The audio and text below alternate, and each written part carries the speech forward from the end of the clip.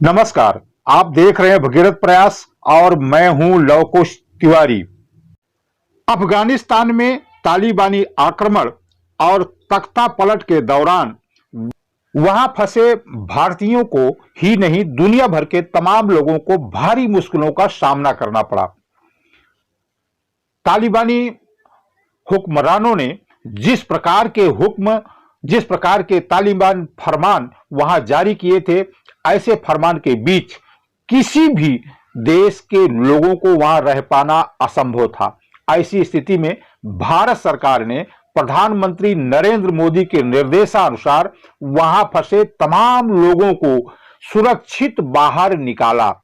इन सभी लोगों का जीवन अफगानिस्तान में काबुल में खतरे में पड़ गया था। इसे भांपते हुए भारतीय सरकार ने इन लोगों के लिए वहां विशेष प्रकार के विमान भेजे और उन्हें पूरी सहायता देते हुए भारत लाया गया। इसी में श्री गुरु ग्रंथ साहिब का एक दुर्लभ ग्रंथ भी वहां से भारत लाया गया। आप यहां दृश्य में देख पा रहे हैं, श्री गुरु ग्रंथ साहिब को जत्थेदार अपने मत्थे पर लेकर भारतीय विमान में प्रवेश करने की कोशिश कर रहा है। अब आप ये सोच रहे होंगे कि आज इतने दिनों बाद हम आपको यह सब क्यों बता रहे हैं, ये तो आप पहले से जानते हैं। जी नहीं, हम आपको इसी से जुड़ी एक और बात बताने जा रहे हैं। यहां पुणे महाराष्ट्र में रहने वाले सिख, सिंधी और पंजाबी समाज ने इस बात को काफी गंभीरता से लिया और भारतीय प्रधानमंत्री नरेंद्र मोदी और भारत सरकार की भूरी भूरी प्रशंसा की और उनका आभार भी व्यक्त किया। जाहिरा तौर पर प्रधानमंत्री नरेंद्र मोदी का आभार व्यक्त करने के लिए और उनकी कृतज्ञता व्यक्त करने के लिए यहां पुणे के क्वार्टर गेट स्थित चौक पर एक विशेष कार्यक्रम आयोजित किया गया था। इस कार्यक्रम का आयोजन सिख, सिंधी और पंजाबी समाज पुणे की ओर से किया गया था। इसमें प्रमुख रूप से संत सिंह मोखा, अजीत सिंह राजपाल, कश्मीर नागपाल, सुरेंद्र वाहवा, अमरजीत सिंह छाबरा, गुरुदेव सिंह राजपाल और चरणजीत सिंह साहनी जैसे अनेक लोग शामिल थे। कार्यक्रम के मुख्य अतिथि भारतीय जनता पार्टी के प्रदेशाध्यक्ष चंद्रकांत दादा पाटिल थे।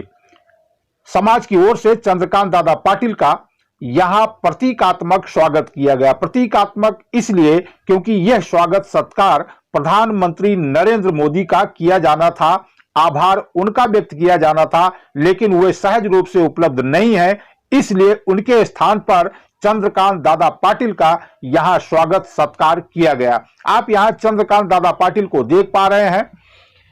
चंद्रकांत दादा पाटिल यहां आए, स्वागत सत्कार के पश्चात उन्होंने प्रेस को भी संबोधित किया। हम आपको चंद्रकांत दादा पाटिल और संत सिंह मोखा की बातचीत भी सुनवाएंगे, लेकिन उसके पहले हम आपको बता दें कि पुणे में सिख, सिंधी और पंजाबी समाज इस प्रकार के रचनात्मक कार्य किया करता है और खासकर वो कार्य जिसमें किसी के प्रति कृतज्ञता व्यक्त करनी हो, आभार व्यक्त करना हो, और यह आभार जब विदेश में फंसे अपने लोगों को देश लाने के लिए प्रधानमंत्री का हो तो बात ही कुछ अलग हो जाती है। प्रधानमंत्री नरेंद्र मोदी का आभार व्यक्त करने के लिए भारतीय जनता पार्टी के प्रदेशाध्यक्ष पुणे के कोथरूड से विधायक चंद्रकांत दादा पाटिल का यहां भव्य स्वागत सत्कार किया गया और उसके बाद चंद्रकांत दादा पाटिल और संत सिंह मोखा ने यहां एक प्रेस को संबोधित किया। हम आपको यह सुनवाने जा रहे हैं। शीख, पारशी, बौद्ध, वाल्मिकी समाज या सर्व समाजाच्या प्रतिनिधींच्या वतीने आज मोदी सरकारच्या विषयी एक स्वतःचा भाव व्यक्त करण्यासाठी प्रतीकात्मक म्हणून दादांचा सन्मान या ठिकाणी होणार आहे। अफगाणिस्तानच्या सगळ्या संकटानंतर या सर्व समाजाच्या प्रतिनिधींना अतिशय तत्परतेने मोदी सरकारने भारतात आणण्यासाठी प्रयत्न केलेले आहेत। यहाँ आपने कार्यक्रम की प्रस्तावना सुनी। यह मूलतः मराठी भाषा में है, जिसे मैं आपको हिंदी में बता रहा हूं। यहाँ कहा जा रहा था कि प्रधानमंत्री नरेंद्र मोदी द्वारा अफगानिस्तान में फंसे लोगों को भारत सुरक्षित लाया गया, उसके लिए सिख, सिंधी और पंजाबी समाज पुणे की ओर से प्रतीकात्मक तौर पर भारतीय जनता पार्टी के प्रदेशाध्यक्ष विधायक चंद्रकांत दादा पाटिल का यहां स्वागत सत्कार हो रहा है और इसी संदर्भ में यह कार्यक्रम आयोजित किया गया है। हम आपको अभी सीधे चंद्रकांत दादा पाटिल से मिलवाने जा रहे हैं, सुनते हैं वो क्या कह रहे हैं। एक अतिशय महत्त्वाचं विधेयक संमत करून घेतलं, नागरिकता संशोधन कायदा। आता खरं म्हणजे अतिशय सोपा त्याचा अर्थ आहे की अन्य देशामध्ये अल्पसंख्याक असल्यामुळे जे अन्याय अत्याचार होतात त्यातून पळून येणारे, त्याचं मोठं उदाहरण घडलं अफगाणिस्तान, पळून येणारे जे तिथे अल्पसंख्याक असणारे अगदी मुस्लिम असतील, ख्रिश्चन असतील, शीख असतील, जैन असतील, या सगळ्यांना भारताशिवाय दुसरा देश नाही, त्यामुळे त्यांना नागरिकता सिटिझनशिप लगेच मिळावी इतका सोपा आहे। पण एक वातावरण निर्माण केलं गेलं की मुस्लिम समाजाला ते ह्या भारतातलेच आहेत याचा दाखला द्यावा लागेल, त्यातून सेन्ससला, जनगणनेला विरोध झाला, 2-2, 4-4, 6-6 महिने शाहीनबाग सारखी आंदोलन झाली। पण असं वाटतं की अफगाणिस्तानच्या घटनेनंतर मात्र मोदीजींनी किती दूरदृष्टीने हा कायदा केला होता लक्षात आलं आणि त्या कायद्याच्या आधारे मोदीजींनी ह्या सगळ्यांना अफगाणिस्तानातून भारतामध्ये आणलं। आज भारतामध्ये त्यांची मूळ ठिकाणं जी असतील तिथे राहतील, त्याप्रमाणे सरकार व्यवस्था करेल, पण सगळ्यात महत्त्वाचं म्हणजे त्यांचा नागरिक बनण्याचा मार्ग त्यांनी आधीच सोपा करून दिला। त्यामुळे आज असं ठरलंय की या शहरातल्या या सगळ्या समाजाच्या नेत्यांनी मोदीजींचा सन्मान करायचा, फक्त त्यांना तिथे जाऊन करणं शक्य नाही, म्हणजे प्रातिनिधिक माझा सन्मान करणार आहे। मला असं वाटतं की अफगाणिस्तानची घटना ही या देशातल्या जनतेचं डोळे उघडणारी घटना आहे। काय प्रकारे जगभरामध्ये राजकारण चाललं आहे आणि सगळ्यांचे देश आहे, हिंदूंचा देश असायला काय अडचण आहे। आपने यहाँ चंद्रकांत दादा पाटिल को सुना, दादा मराठी में बोल रहे थे। हम आपको बता दें कि चंद्रकांत दादा पाटिल ने यहाँ विशेष रूप से इस बात का जिक्र किया कि भारत सरकार समझती थी कि इस प्रकार की स्थिति जैसे अफगानिस्तान में हुआ है अभी हाल में, वैसी स्थिति कभी भी आ सकती है।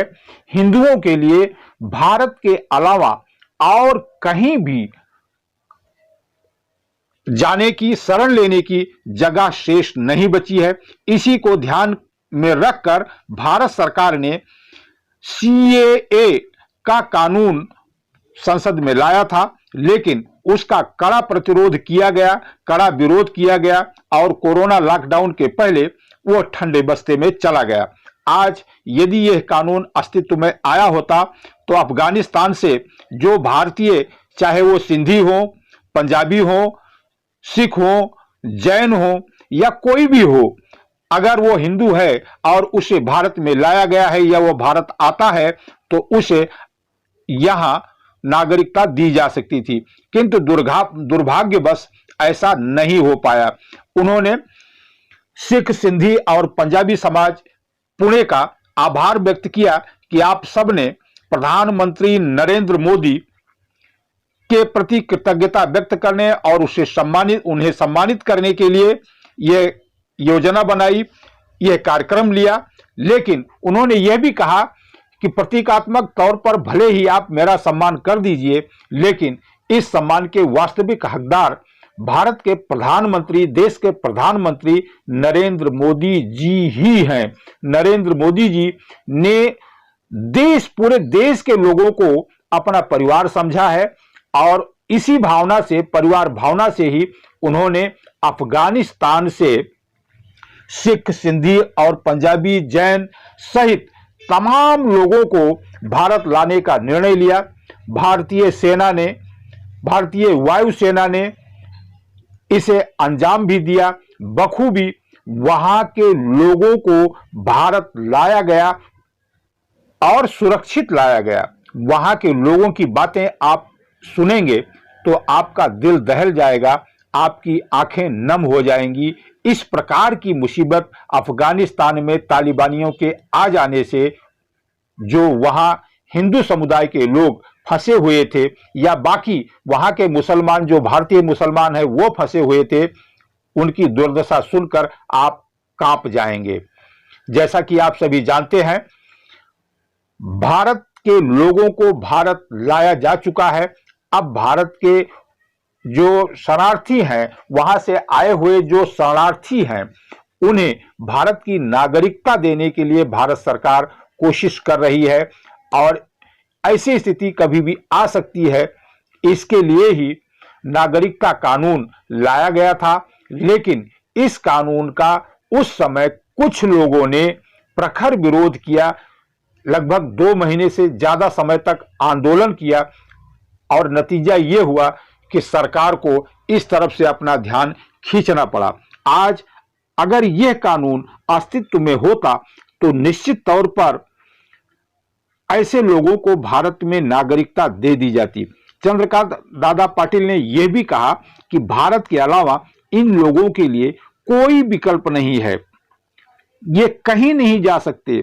ऐसे लोगों को भारत में ही शरण देना जरूरी है। इस अवसर पर उन्होंने अन्य स्थानीय मुद्दे पर भी संवाददाताओं से चर्चा की, बातचीत किया। अब देखना यह है कि अफगानिस्तान से आए शरणार्थियों को भारत में नागरिकता कब मिलती है। भगीरथ प्रयास न्यूज नेटवर्क के लिए पुणे से वीजी पाटिल के साथ ब्यूरो रिपोर्ट।